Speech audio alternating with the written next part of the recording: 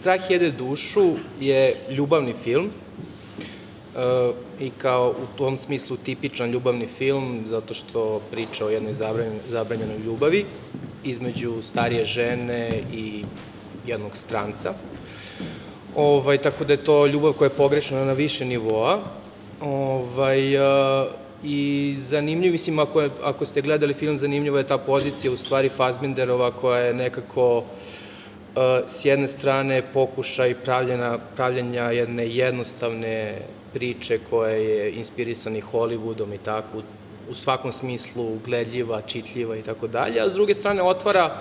neke različite probleme o kojima ne znam da li se svi koji pogledaju film bave, ali film se bavi, znači otvara problem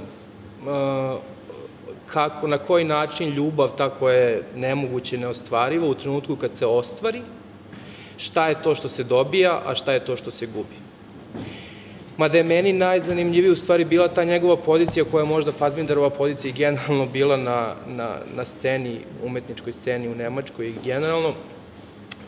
ta pozicija nekog outsidera koji je sve vreme i deo mainstreama, ali koji čuva tu svoju poziciju outsidera, nekog bavarskog malog građanina koji isto vreme pravi top, da kažem, filmove i drame piše i sve što je radio za televiziju i tako dalje. Tako da na nekom nivou ima neku presudnu ulogu u produkciji umetničkoj u Nemačkoj u jednom periodu, a s druge strane čuva tu poziciju margine. Tako da meni lično, pošto sam i sam stranac ovde u slovenačkom kontekstu, meni je ta pozicija bila zanimljiva, neko ko je neki malo građanin, a stoji na poziciji, na ivici nekog dobrog građanskog društva i gleda unutra.